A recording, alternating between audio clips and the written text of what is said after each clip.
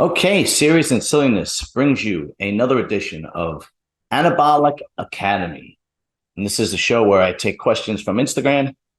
People send me questions and I answer them on this YouTube channel. And it's actually pretty good because a person who's been subscribed to my channel, Justin Walker 160, that is his Instagram, Justin Walker 160, sent me a ton of questions. Thank you, Justin. I appreciate it greatly. They are mostly opinion questions, so I'll try to do my best. And I am going to cover them. And then I have three other questions after him. So it should be pretty fun. All right. And let's just jump right into it because Justin sent me, I believe he sent me 17 questions.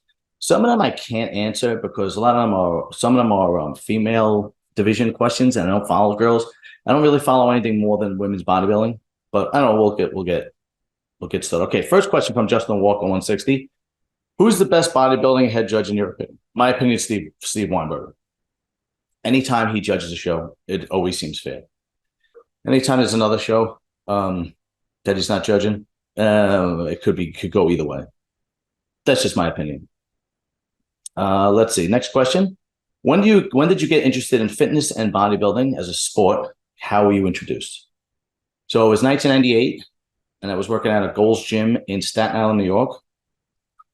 I was 22 years old, and there was a personal trainer that used to work there, and she was also a competitive female bodybuilder. And it was Cassie Hornbuckle, and she spoke to me. She approached me and said I would probably be a good bodybuilder.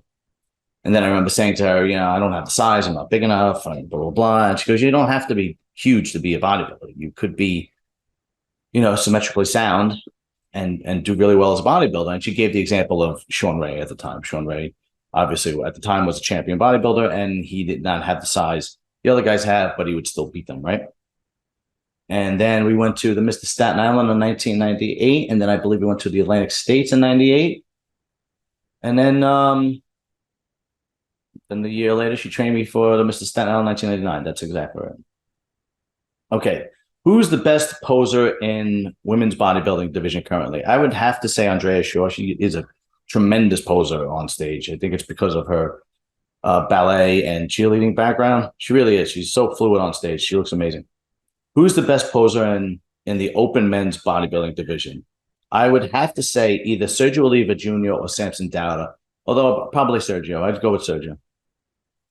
Who's the best poser in women's physique? I don't know, man. I do not follow women's physique very much, so I really don't want to pass judgment on that. I don't know the major players.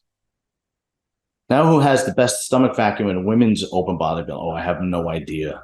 I don't even think they do it. Do they do a vacuum? I don't know. I really don't know.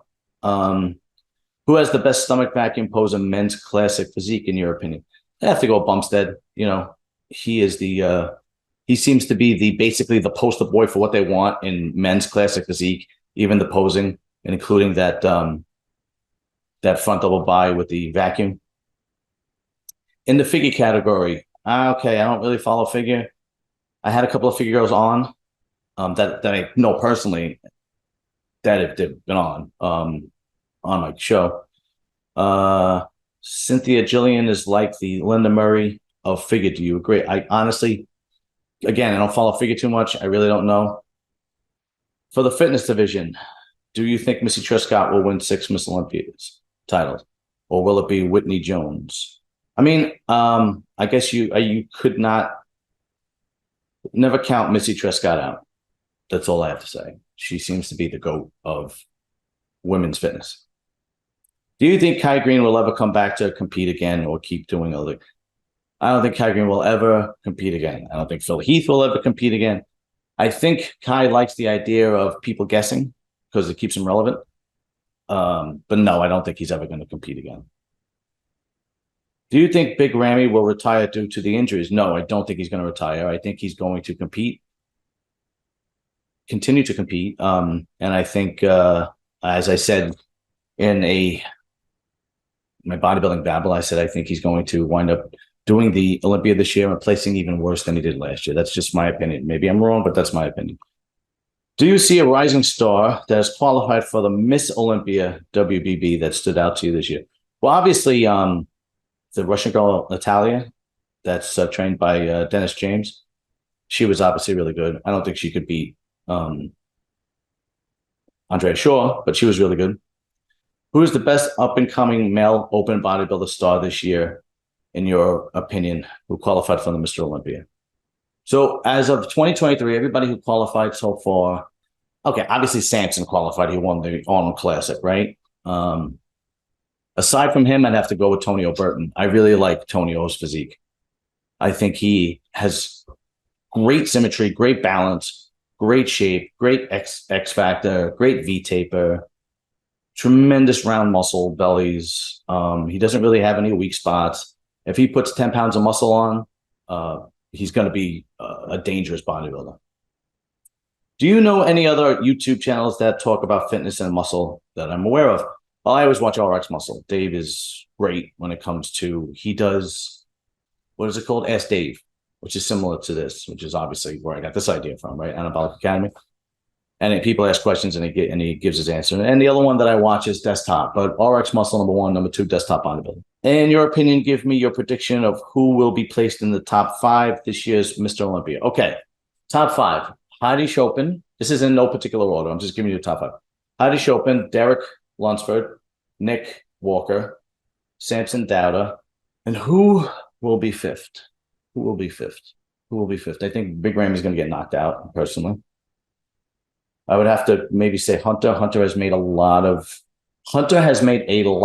of progress. Andrew Jack also is looking great.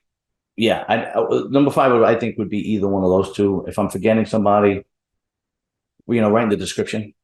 If I'm forgetting anybody, Okay, and then let's see.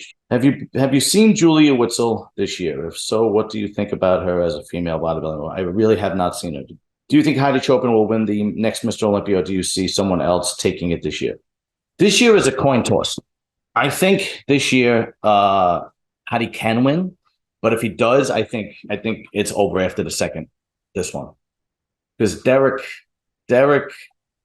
is a special bodybuilder. And you could have made the argument that he won last year. You could have. I thought Heidi won. I thought he deserved it. I think if he gets another one, I think then that's it after that.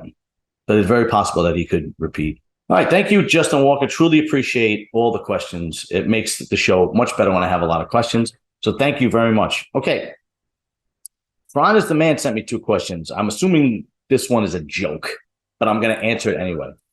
If you identify yourself as a female, do you think you can beat Andrea Shaw to win Miss Olympia? No. See this shirt? Fran, masculine pride, son. Masculine pride. If I was a chick, I could not beat Andrea Shaw. If I was a chick, I wouldn't even be a bodybuilder. I'd be a porn star. I'd be such a slut. All right. And final question. Actually, no, I have 2 more questions. This question is an interesting question. Thoughts on the latest Bob Cicherillo versus Dave Palumbo drama? First of all, I like the drama on YouTube. It's fun to watch. But these 2 guys really don't like each other. There's always some kind of tension between them. And this has been going back for years. This is the newest one, but they've been having some kind of beef for years. I even remember one time Bob was on his show and they actually had a discussion.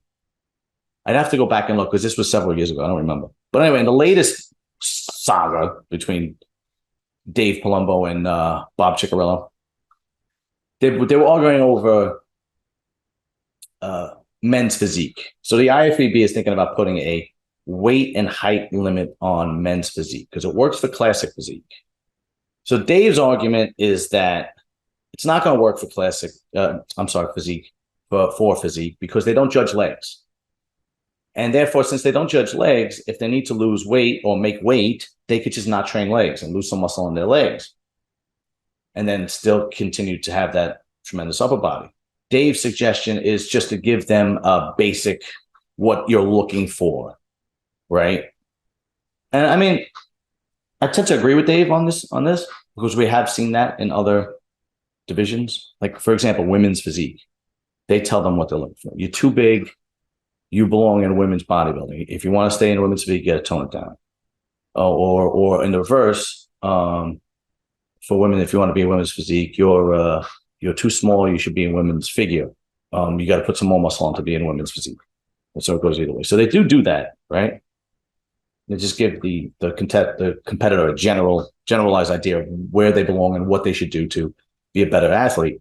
So then what happens is, though, Bob goes on his channel.